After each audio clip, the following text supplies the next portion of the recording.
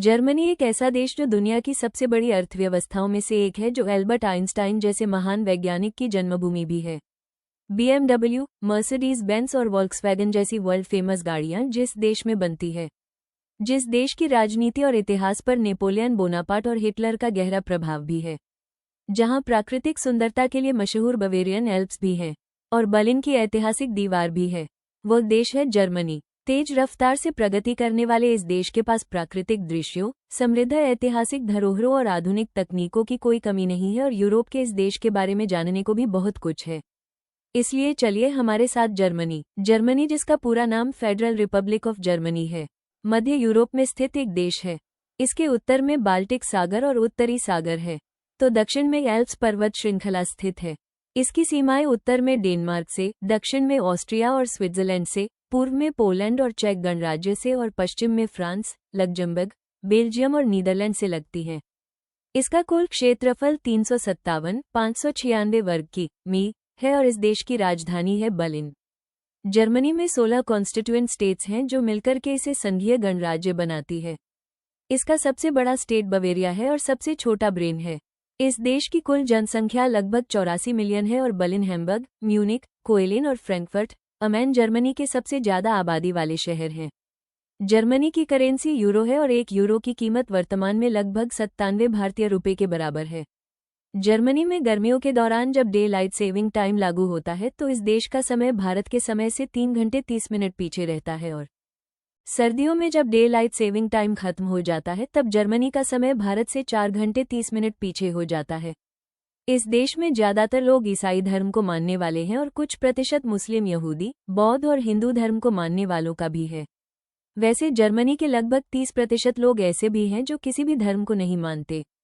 यहाँ लगभग 95% लोग जर्मन भाषा बोलते हैं और इसके अलावा कुछ प्रतिशत सोबियाई, नॉर्थ प्रिशियन, डेनिश, तुर्की और कुर्दिश भाषा बोलने वालों का भी है। जर्मनी का एजुकेशन सिस्टम कितना स्ट्रांग है यह इसकी लिटरेसी रेट से पता चलता है, जो लगभग 99% है। यहाँ कंपलसरी और फ्री स्कूलिंग के जरिए एजुकेशन पर खास ध्यान दिया जाता है। यहाँ का एजुकेशन सिस्टम फ्लेक्सिबल भी है और एकेडमिक एक्सीलेंस के साथ साथ प्रैक्टिकल लर्निंग पर भी फोकस करता है। यहाँ का ड्यूल एजुकेशन सिस्टम भी खास है जिसमें फॉर्मल स्टडी और वोकेशनल ट्रेनिंग दोनों शामिल होती है। इसी तरह जर्मनी का हेल्थ केयर सिस्टम भी काफ़ी इफेक्टिव और हाई क्वालिटी का माना जाता है, जिसमें एडवांस्ड मेडिकल टेक्नोलॉजी का इस्तेमाल होता है। हाई लिटरेसी रेट और गुड हेल्थ केयर सिस्टम वाले इस देश के लोग अपनी पर्सनल और प्रोफेशनल लाइफ को अलग अलग रखना पसंद करते हैं। फैमिली वैसे इनके लिए बहुत जरूरी होती है। वीकेंड्स पर अपनों के साथ कॉफ़ी और केक का मजा लेना यहाँ के कल्चर का एक खूबसूरत हिस्सा है, जिसे कैफी ड्रिंकिंग कहा जाता है। मेहमानों के स्वागत और दोस्ती जताने के तरीके के रूप में मनाया जाने वाला यह मौका रिश्तों को और भी मजबूत करने में मदद करता है। फुर्सत के समय में फैमिली के साथ टाइम स्पेंड करने के अलावा जर्मन लोगों को एक्सरसाइज और गेम्स खेलना भी काफ़ी पसंद होता है। फुटबॉल या सॉकर यहाँ का सबसे फेमस गेम है। इसके अलावा हैंडबॉल, आइस हॉकी, बास्केटबॉल और विंटर स्पोर्ट्स भी यहाँ पर काफ़ी पसंद किए जाते हैं। जर्मनी के लोग रूल्स, ऑर्गेनाइजेशन और समय की पाबंदी को अहमियत देते हैं और एनवायरनमेंट को बचाने के लिए रिसाइकलिंग का महत्व भी समझते हैं, जिसे समझने की जरूरत पूरी दुनिया के लोगों को है। और अब समझते हैं जर्मनी का भूगोल। भौगोलिक दृष्टि से जर्मनी को 4 क्षेत्रों में बांटा जा सकता है: उत्तरी निचला मैदान या नॉर्थ जर्मन प्लेन, मध्यवर्ती उच्च भूमि या सेंट्रल अपलेन्स, दक्षिणी जर्मन स्कपलैंड्स या सदर्न जर्मन स्कपलैंड्स और अल्पाइन क्षेत्र। इनमें से उत्तरी निचला मैदान उत्तरी सागर से बाल्टिक सागर तक फैला हुआ एक चौड़ा समतल मैदान है। रेतीली मिट्टी, तट के किनारे, दलदली क्षेत्र और रेतीले किनारे इसकी विशेषता है। राइन, वेसर और एल्बी नदियां इस इलाके से होकर बहती हैं, जिससे यहाँ की खेती की जमीन बहुत उपजाऊ हो जाती है। बात करें मध्यवर्ती उच्च भूमि की तो यह उत्तरी निचले मैदान के दक्षिण में स्थित है। इस क्षेत्र में कम ऊंचाई वाली पर्वत श्रृंखलाएं और वन से ढकी हुई पहाड़ियां हैं। आइफिल, पैलेटाइन फॉरेस्ट, टॉन्स, वॉगल्सबर्ग, रोन और थुरिंगेन फॉरेस्ट इस इलाके के ऊंच पहाड़ों के उदाहरण हैं। डेन्यूमेन और राई नदियां भी यहीं से बहती हैं, जिससे नदी का घाटियां बनती हैं। दक्षिणी जर्मन स्कपलैंड क्षेत्र अपनी चौड़ी घाटियों, स्कार्फ्स यानी कटाव से बनी बलुआ पत्थर की ढलानों और ब्लैक फॉरेस्ट के लिए जाना जाता है। और अल्पाइन क्षेत्र जो स्विट्जरलैंड और ऑस्ट्रिया से जर्मनी तक फैला हुआ है वो इस देश का सबसे ऊंचा भाग है। यह क्षेत्र अपने पहाड़ी परिदृश्य, हिम नदी घाटियों और ऊंची चोटियों के लिए जाना जाता है। जर्मनी में सबसे ऊंचा स्थान पवेलिरिया एल्प्स का जुगस्पिस पर्वत है, जो समुद्र तल से 2962 मीटर ऊपर है, और इस देश का सबसे निचला बिंदु न्यूएन सेक्सन बांडे में है, जो समुद्र स्तर से 3.54 मीटर नीचे है। वैसे भौगोलिक क्षेत्रों के बाद जर्मनी की नदियों और झीलों के बारे में जानना भी जरूरी है, क्योंकि जर्मनी के भूगोल और अर्थव्यवस्था में अहम भूमिका निभाती है। ये परिवहन के लिए जरूरी जलमार्ग प्रदान करती हैं, उद्योगों के लिए पानी की आपूर्ति भी करती हैं, कृषि भूमि की सिंचाई में मदद करती हैं और पर्यटन को बढ़ावा देकर इकोनॉमी को सपोर्ट भी करती हैं। अगर जर्मनी के अंदर बहने वाली नदियों की लंबाई के हिसाब से देखा जाए तो राइन नदी सबसे लंबी नदी है, जो जर्मनी में लगभग 865 किलोमीटर तक बहती है।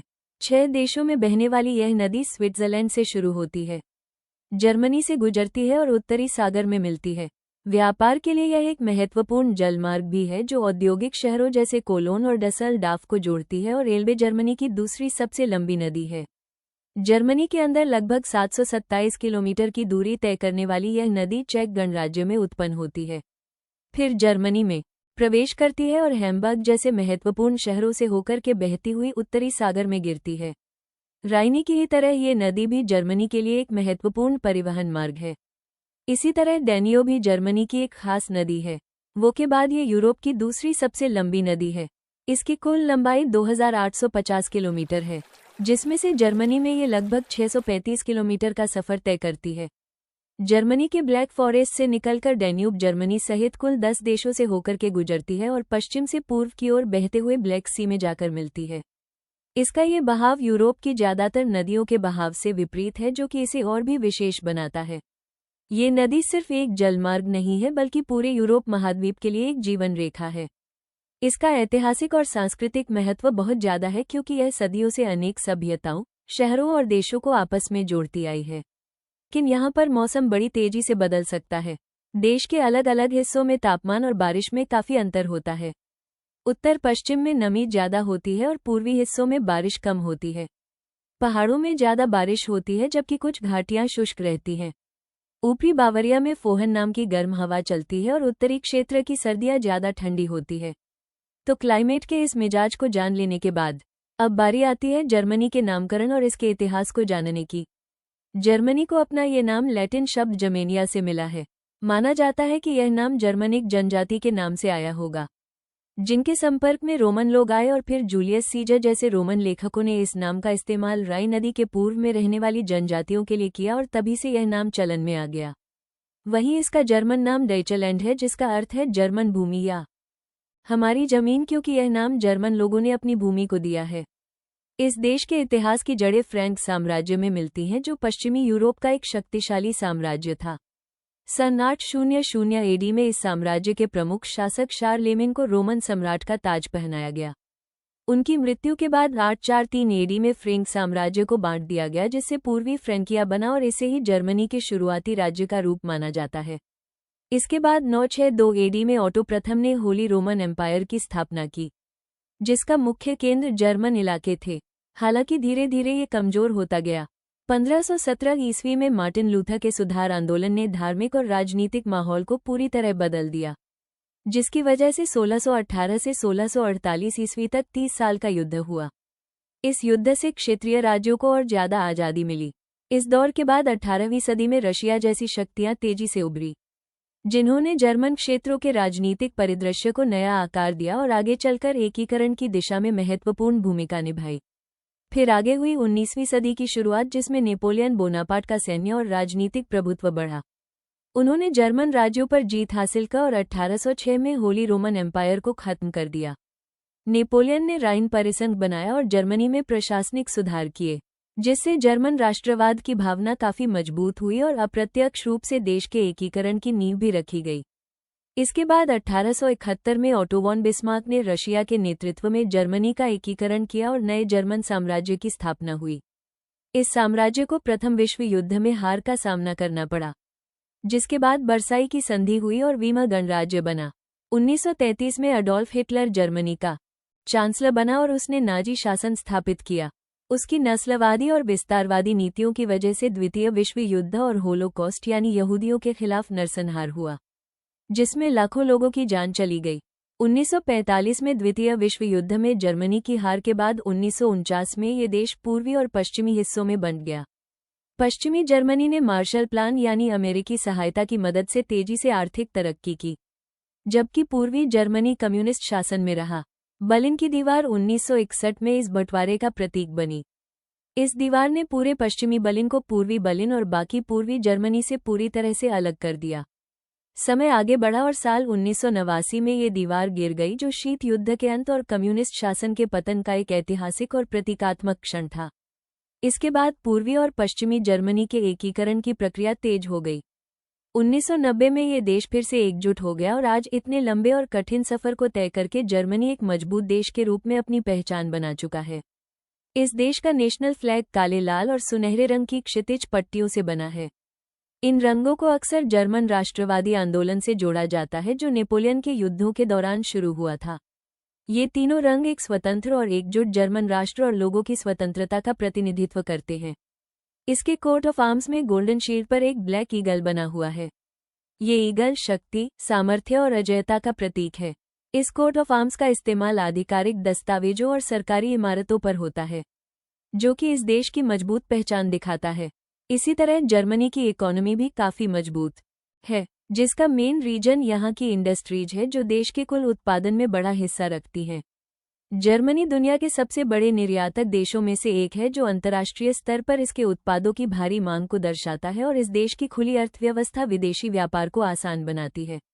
इसकी high performing small and medium size enterprises यानी SMEs जर्मन अर्थव्यवस्था की बैकबोन मानी जाती है। जर्मनी में कुछ ऐसे खास शहर भी हैं जो कि इसकी इकोनॉमी को आगे बढ़ाते हैं, जैसे म्यूनिक, जो हाईटेक इंडस्ट्री में बहुत आगे है, स्टटगार्ट, जो ऑटोमोटिव का बड़ा केंद्र है, और फ्रैंकफर्ट, जो फाइनेंस हब है। ये सभी शहर मिलकर के देश में इनोवेशन और ग्रोथ को लगातार बढ़ावा देते हैं और अर्थव्यवस्था को आगे बढ़ाते हैं। इकोनॉमी की ही तरह जर्मनी का इंफ्रास्ट्रक्चर भी काफी अच्छा है। खासकर ट्रांसपोर्टेशन के मामले में यहाँ सड़कों का एक बड़ा जाल है, जिसमें मशहूर ऑटोबान भी शामिल है। ऑटोबान जर्मनी के मशहूर हाईवे सिस्टम को कहते हैं। ये हाई स्पीड सड़कें होती हैं जो सिर्फ तेज रफ्तार के लिए ही नहीं जानी जाती, बल्कि अपनी एफिशिएंसी और सेफ्टी स्टैंडर्ड्स के लिए भी जानी जाती हैं। इस देश में बड़े एयरपोर्ट्स और वाटरवेज का भी नेटवर्क है। इसके अलावा यहाँ पर एक मजबूत रेल नेटवर्क भी है। हालांकि जर्मनी को पुराने होते इंफ्रास्ट्रक्चर को बेहतर बनाने से जुड़ी चुनौतियों का सामना करना पड़ रहा है, फिर भी इसका ओवरऑल इंफ्रास्ट्रक्चर एफिशिएंट और रिलायबल माना जाता है। यही चीज़ इसकी आर्थिक ताकत को सपोर्ट करती है। और अब बात करें पॉलिटिकल स्ट्रक्चर की, तो जर्मनी एक फेडरल रिपब्लिक और पार्लियामेंट्री डेमोक्रेसी है, यानी संघीय गणराज्य और संसदीय लोकतंत्र। इसका मतलब है कि पावर केंद्र सरकार और अलग अलग राज्यों के बीच में बंटी हुई है और सरकार लोगों द्वारा चुने गए प्रतिनिधियों के जरिए चलती है। फेडरल चांसलर जर्मनी में सरकार का मुखिया होता है और उसके पास सबसे ज्यादा राजनीतिक फैसले लेने की शक्ति होती है। वहीं फेडरल प्रेसिडेंट जर्मनी राष्ट्र का मुखिया होता है और प्रोटोकॉल के हिसाब से देश का सबसे बड़ा अधिकारी होता है। हालांकि उसकी भूमिका औपचारिक ही होती है। इस देश के 16 राज्यों में से 11 पश्चिमी राज्य और 5 पूर्वी राज्य हैं। हर राज्य की अपने राज्य सरकार और अपनी विधानसभा है। ये राज्य शिक्षा और संस्कृति जैसे कई मामलों में खुद के फैसले ले सकते हैं, जबकि रक्षा, विदेश नीति और राष्ट्रीय कानून जैसे मामले केंद्र सरकार के पास रहते हैं। अपनी इकोनॉमी और पॉलिटिक्स को बेहतर तरीके से संभालने वाला ये देश अपनी जैव विविधता को भी बहुत महत्व देता है। इसीलिए तो ये देश जैव विविधता में भी समृद्ध है और इसे संरक्षित बनाए रखने के लिए पूरे देश में नेशनल पार्क्स और रिजर्व का एक बड़ा नेटवर्क मौजूद है। यहाँ 16 नेशनल पार्क है, जिनमें बवेरियन फॉरेस्ट नेशनल पार्क, बचो गार्डियन नेशनल पार्क और ब्लैक फॉरेस्ट नेशनल पार्क जैसे इम्पोर्टेंट एरियाज शामिल हैं। इसके अलावा जर्मनी में 14 बायोस्फीयर रिजर्व और 98 नेचर पार्क्स भी हैं, जो बायोडाइवर्सिटी के कंजर्वेशन एफर्ट्स को और ज्यादा स्ट्रांग बनाते हैं। यहाँ पर बहुत तरह के पेड़ पौधे पाए जाते हैं, जिनमें स्प्रूस, हॉर्नबीम, बर्च और पाइन शामिल हैं। ओक जर्मनी का नेशनल ट्री है और कॉर्नफ्लावर जर्मनी का नेशनल फ्लावर है। और अब आगे वाइल्ड लाइफ की अगर हम बात करें, तो यहाँ पर बहुत तरह के मैमल्स जैसे हिरन, जंगली सुअर, बैज, यूरोपियन खरगोश और लोमड़ी पाए जाते हैं। जर्मनी का नेशनल सिंबल ब्लैक ईगल है, जिसे बुंडेसाडलर कहा जाता है। इसके अलावा यहाँ पर दुर्लभ व्हाइट टेल्ड ईगल और गोल्डन ईगल भी पाए जाते हैं।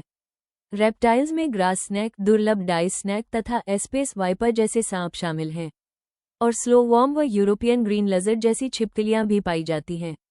जर्मनी अपने अनोखे इकोसिस्टम और स्थानीय प्रजातियों की रक्षा के लिए सक्रिय रूप से काम कर रहा है, जो कि वाकई में सराहनीय है। और साथ ही इस देश के प्राकृतिक नज़ारे और ऐतिहासिक स्थल भी बेहद प्रशंसनीय है। ये बर्लिन और म्यूनिक जैसे वाइब्रेंट शहरों से लेकर के हाइडलबर्ग जैसे खूबसूरत यूनिवर्सिटी टाउन तक हर तरह के पर्यटक के लिए कुछ न कुछ बेहतरीन मौजूद है। आपको चाहे शानदार आर्किटेक्चर देखना हो, लजीज स्वाद का लुत्फ उठाना हो, या फिर इस देश की रिच हिस्ट्री और कल्चर में डूब जाना हो, जर्मनी आपको ये सभी एक्सपीरियंसेस दे सकता है। इसलिए चलिए अब आपके अंदर छुपे टूरिस्ट को हम दिखाते हैं जर्मनी के बेहद खूबसूरत टूरिस्ट स्पॉट्स, जिनकी शुरुआत करते हैं जर्मनी की राजधानी बर्लिन से, जो कि सिर्फ एक शहर नहीं बल्कि एक चलती फिरती हिस्ट्री बुक है। यहाँ का ब्रनबर्ग गेट, जो कि कभी शहर को बांटता था, अब जर्मनी की एकता का प्रतीक बन चुका है। आपको यहाँ बर्लिन वॉल के बचे हुए हिस्से भी मिलेंगे, जो इतिहास के एक दर्दनाक लेकिन महत्वपूर्ण अध्याय की याद दिलाते हैं। अगर आप कला और संस्कृति के खजानों को देखना चाहते हैं तो म्यूजियम आइलैंड पर आपको 5 वर्ल्ड क्लास संग्रहालय मिलेंगे। इसके अलावा क्रूसबर्ग और प्रजर लाउडबर्ग जैसे इलाके अपने अल्टरनेटिव कल्चर और स्ट्रीट आर्ट के लिए जाने जाते हैं। और बर्लिन की नाइट लाइफ भी काफ़ी मशहूर है। बर्लिन के बाद हम चलते हैं बवेरिया राज्य की राजधानी म्यूनिक, जो ट्रेडिशन और मॉडर्न वाइब का एक शानदार मिश्रण है। यहाँ से थोड़ी दूरी पर स्थित न्यूशनस्टाइन कैसल है, जो कि बेहद मशहूर है। इसे फेयरी टेल कैसल भी कहा जाता है और यही वॉल्ट डिज्नी के स्लीपिंग ब्यूटी कैसल के लिए प्रेरणा का स्रोत था। यहाँ पर स्थित मैरियन प्लाट्स अपने ग्लोकिन मिल क्लॉक टावर के साथ इस शहर का दिल माना जाता है। यहाँ पर आप इंग्लिश गार्डन में भी घूम सकते हैं, जो म्यूनिक के बीचों बीच एक विशाल हरा भरा पार्क है, जहाँ पर आप लोगों को सर्फिंग करते हुए भी देख सकते हैं। म्यूनिक का बियर कल्चर वर्ल्ड फेमस है और यहाँ के बियर गार्डन में बैठकर के लोकल डिशेज का स्वाद लेना एक अलग ही अनुभव होता है। और अब बात करते हैं जर्मनी के सबसे बड़े पोर्ट सिटी हैम्बर्ग की, जो कि एक अलग ही समुद्री आकर्षण रखता है। यहाँ एल्फिल हार्मोनी या एल्फी स्थित है, जो एल्बी नदी पर बना एक विश्व प्रसिद्ध कॉन्सर्ट हॉल है और अपनी यूनिक आर्किटेक्चर और हाई क्वालिटी साउंड के लिए जाना जाता है। इसी तरह हिस्टोरिक स्पाइकर डेस्ट एक प्रमुख आकर्षण है। ये लकड़ी के रात के 8:27 खंभों पर निर्मित दुनिया का लार्जेस्ट वेयर हाउस डिस्ट्रिक्ट है और अपनी इस खूबी की वजह से यूनेस्को वर्ल्ड हेरिटेज साइट्स में भी शामिल है। इसके अलावा यहाँ पर मिनी टूर वंडरलैंड भी है, जिसे गिनीज वर्ल्ड रिकॉर्ड्स द्वारा दुनिया का सबसे बड़ा मॉडल रेलवे सिस्टम माना गया है। इसे कई बार जर्मनी में सबसे फेमस टूरिस्ट डेस्टिनेशन के रूप में वोट भी किया गया है, इसलिए आपको भी इसे जरूर देखना चाहिए। और अब बात करते हैं पश्चिमी जर्मन शहर कोलोन की, जिसकी पहचान इसका भव्य कोलोन कैथेड्रल है। यूरोप के सबसे ऊंचे चर्चों में शामिल इस कैथेड्रल की ऊंची मीनारें दूर से ही दिखाई दे जाती हैं। राइन नदी के किनारे बसा ये शहर अपने रोमन इतिहास के अवशेषों के लिए भी मशहूर है और इस नदी के किनारे टहलना भी एक दिलचस्प अनुभव है। यहाँ म्यूजियम, लडविक, रोमन जमेनिक म्यूजियम और चॉकलेट म्यूजियम जैसे कई बेहतरीन म्यूजियम हैं और आर्ट गैलरीज भी हैं, जिन्हें आपको जरूर देखना चाहिए। और इसके बाद अब रुख करते हैं डसलडॉर्फ का।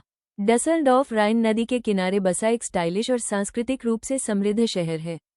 यह अपनी लग्जरी शॉपिंग स्ट्रीट कोनिस्ले, आधुनिक कला संग्रहालय, कुसेटिम टनल और ऊंचे राइन टावर से मिलने वाले शानदार नज़ारों के लिए जाना जाता है।